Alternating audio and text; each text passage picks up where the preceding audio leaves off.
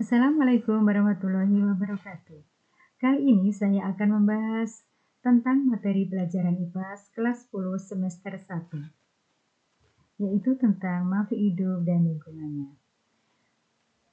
Tujuan pembelajaran ini adalah 1. Untuk mengidentifikasi ciri-ciri makhluk hidup, 2. Mengidentifikasi makhluk hidup berdasarkan peranannya, 3. Mengidentifikasi komponen lingkungan hidup, 4. Mengidentifikasi interaksi antara komponen ekosistem, 5. Menyimpulkan keterkaitan fenomena alam yang terjadi, dan 6 adalah mengatasi pencemaran lingkungan.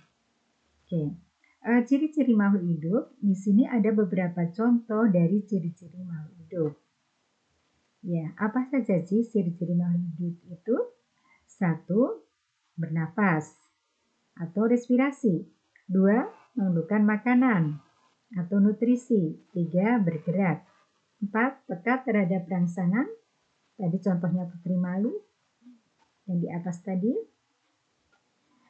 4. Tumbuh dan berkembang. Nah, ini tumbuh dan berkembang, atau yang contoh di atas tadi, yang dari anak bayi akhirnya berkembang dan sudah dewasa, tua, ya, akhirnya tua. Ya. Berkembang biak, yaitu mempunyai keturunan, itu berkembang biak dan mengeluarkan zat sisa. Nah, ini kalian udah tahu ya apa itu mengeluarkan zat sisa? Ya. Dan yang kedelapan adalah beradaptasi. Tadi contoh yang di atas tadi untuk beradaptasi, ya ini untuk beradaptasi, maka burung-burung ini mempunyai pelatuk ya di sini yang beda-beda tuh. Yang B adalah lingkungan hidup. Apa itu lingkungan hidup? Ya, lingkungan hidup adalah kesatuan ruang dengan semua benda, daya, keadaan, dan makhluk hidup, termasuk manusia serta perilakunya yang mempengaruhi alam, kelangsungan kehidupan, dan kesejahteraan manusia serta makhluk hidup lainnya. Itulah lingkungan hidup. Sedangkan komponen lingkungan hidup itu ada lingkungan biotik dan lingkungan abiotik. Ini adalah satuan dari komponen biotik dan abiotik.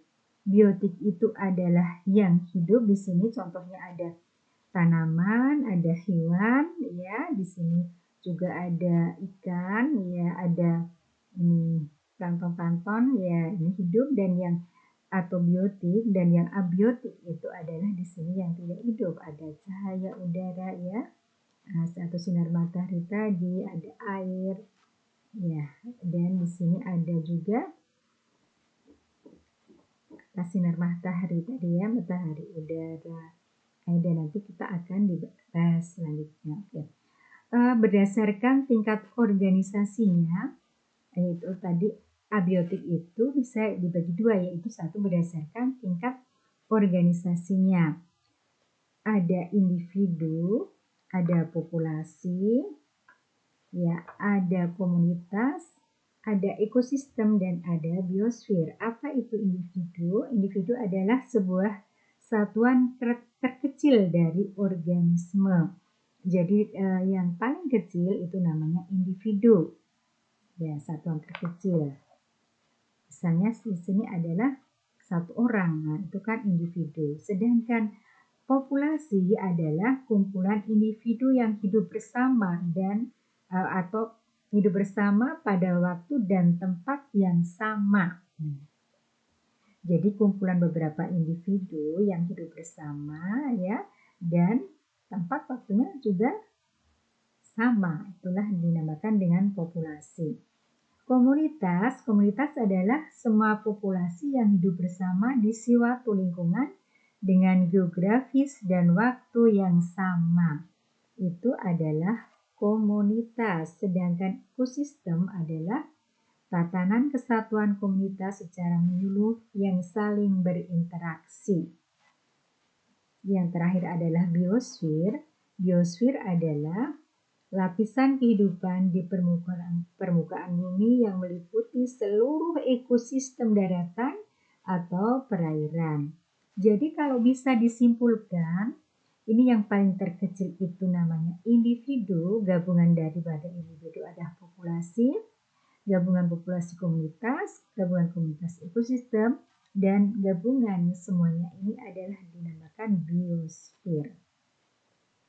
Berdasarkan peranannya, ya, ada produsen, ada konsumen, dan ada pengurai. Apa itu produsen? Produsen adalah komponen biotik yang dapat menghasilkan makanan. Ya. Jadi di sini adalah yang menghasilkan makanan, itu namanya produsen.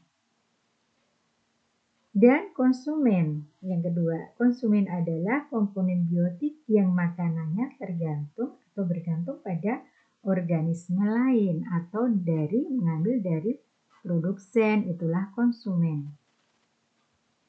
Yang ketiga adalah pengurai. Ya. Pengurai adalah organisme yang bertugas mengurai zat organik sisa makhluk hidup menjadi zat anorganik. Itu adalah fungsi dari pengurai. Sedangkan komponen abiotik itu ada sinar matahari, ada suhu, ya, ada air, ada udara, ya ini udara, ada tanah. Ini adalah komponen abiotik atau benda-benda yang mati. Oke.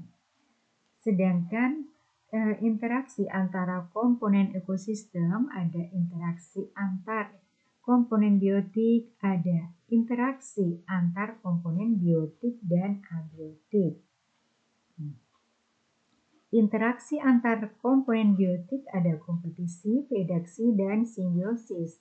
Apa itu kompetisi? Kompetisi adalah interaksi tingkat individu pada saat terjadi persaingan makanan. Nah, jadi di sini ada kompetisi atau perebutan, ya, perebutan persaingan makanan. Contohnya adalah sapi dengan kambing memperebutkan makanan atau rumput di tempat yang sama.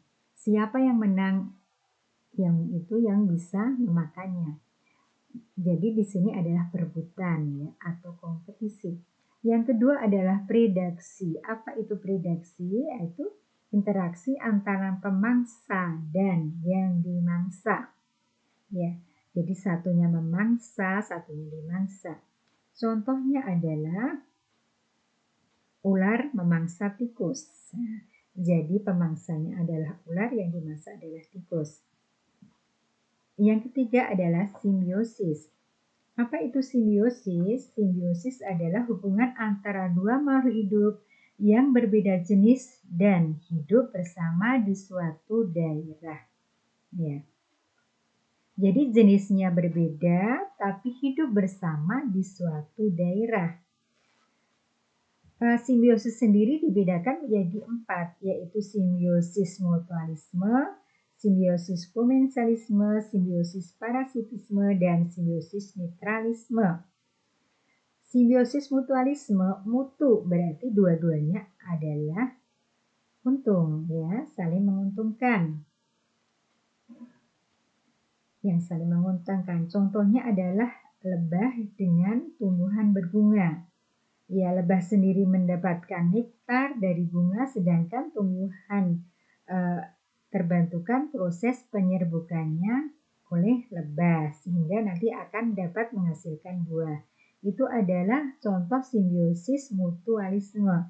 Yang kedua adalah simbiosis komensalisme, yaitu interaksi yang hanya menguntungkan salah satu pihak, tetapi tidak merugikan organisme lainnya.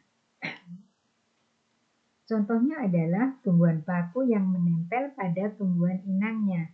Jadi paku untung karena dapat nempel, ya, di tumbuhan lain, tetapi tumbuhan yang ditempelin itu atau tumbuhan inangnya tidak dirugikan oleh paku.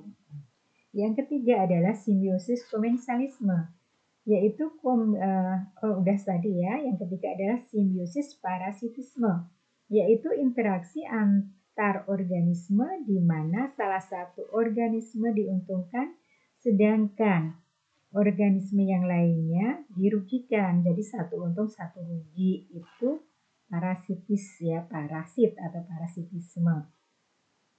Contohnya adalah ya di sini kalau misalnya ada pohon yang ditempeli benalu, ya itu pohonnya rugi karena sari makannya diambil oleh benalu, tapi benalunya subur. Jadi benalunya yang diuntungkan, pohonnya dirugikan. Atau jika ada kucing yang punya kutu atau tungau itu, ya tungau atau kutu itu berarti yang diuntungkan adalah tungaunya, tapi kucingnya dirugikan. Itu simbiosis parasitisme. Yang keempat adalah simbiosis netralisme, yaitu interaksi antara dua jenis organisme yang tidak saling mempengaruhi atau netral. Contohnya ada kambing dengan ayam yang berada pada satu tempat. Jadi dua-duanya berada dalam satu tempat tapi tidak saling mempengaruhi atau netral. Sedangkan interaksi antar komponen biotik dan abiotik ada rantai makanan, ada jaring-jaring makanan, dan ada siklus materi. Contoh ini adalah contoh rantai makanan, yaitu seperti rantai ini ya. Jadi ada tumbuhan atau produsen ini mengolah makanan dari sinar matahari, kemudian produsen ini dimakan oleh konsumen pertama, kemudian oleh konsumen pertama dimakan oleh konsumen kedua dimakan oleh konsumen ketiga, dan dimakan oleh keempat. Ini nanti kalau sudah mati jadi ada bakteri pengurai ya. Tuh. Ini adalah rantai makanan. Ini adalah jaring-jaring makanan. Nah, ini seperti jaring-jaring. Ini ada ya padi dimakan tikus, tapi padi juga dimakan burung. Tikus dimakan ini musang juga selain makan tikus juga bisa makan burung. Sedangkan di sini ada burung elang itu bisa makan tikus, bisa makan musang. Nah, kalau mati ini juga ada diuraikan oleh bakteri pengurai. Ini seperti rantai, kalau ini seperti jaring-jaring. Siklus materi, lah di sini ada misalnya itu air ya, atau matahari, kemudian ada air di situ, air karena ada sinar matahari menguap, kemudian jadilah uap air di atas itu akhirnya menjadi awan akhirnya jatuh menjadi hujan. Nah, itu nanti naik lagi, itu adalah siklus materi. Ya, yang ke D atau 4 adalah pencemaran lingkungan. Pencemaran lingkungan itu ada 3, yaitu pencemaran air, pencemaran udara, dan pencemaran tanah. Ini adalah contoh dari pencemaran. Ini kalau di air berarti air ini ya, kalau misalnya sampah dibuang di air di sini, dan ini adalah pencemaran udara. Ya.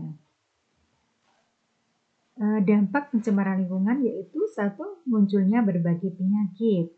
Nah, ini jadi bisa penyakit spa ya, punahnya spesies, maka di sini bisa misalnya ini tadi di sungai atau di laut itu dibuang sampah yang sangat banyak sekali, maka ikan-ikan di sini nanti bisa punah atau hilang. Ledakan hama ya, karena ada yang punah maka ada yang hama itu bisa banyak sekali karena pemangsa hamanya itu hilang. Nah, jadi meledak atau banyak tumbuh berjamur atau tidak meledak, sangat banyak sekali hama yang akan tumbuh karena sudah ada spesies lain yang mati atau punah. Keempat adalah ketidakseimbangan lingkungan. Itu adalah dampak pencemaran lingkungan. Dan bagaimana upaya mengatasi pencemaran lingkungan tersebut? Yaitu salah satunya adalah satu, memilih sampah dan melakukan daur ulang sampah dengan baik. Jadi dipilah antara sampah organik dan sampah anorganik. Nah, setelah itu nanti didaur ulang ya, bisa didaur ulang sampah tersebut. dan bisa yang organik bisa menjadi sampah untuk pupuk, yang anorganik bisa dijadikan bahan-bahan yang lain yang bermanfaat ya. 2. Melakukan pengolahan limbah lebih lanjut terhadap limbah beracun dan berbahaya. Nah, ini contohnya, ini adalah pengolahan limbah. Yang ketiga adalah melakukan pengawasan terhadap penggunaan pestisida. Jadi tidak sembarangan boleh menggunakan pestisida. 4. Melakukan reboisasi atau penghijauan atau penanaman tanaman-tanaman ya. Dan kelima adalah melakukan penyuluhan dan pendidikan mengenai lingkungan hidup. Ya, materi untuk hari ini tentang makhluk hidup dan lingkungannya ya, Ibu cukupkan sampai di sini. Wassalamualaikum warahmatullahi wabarakatuh.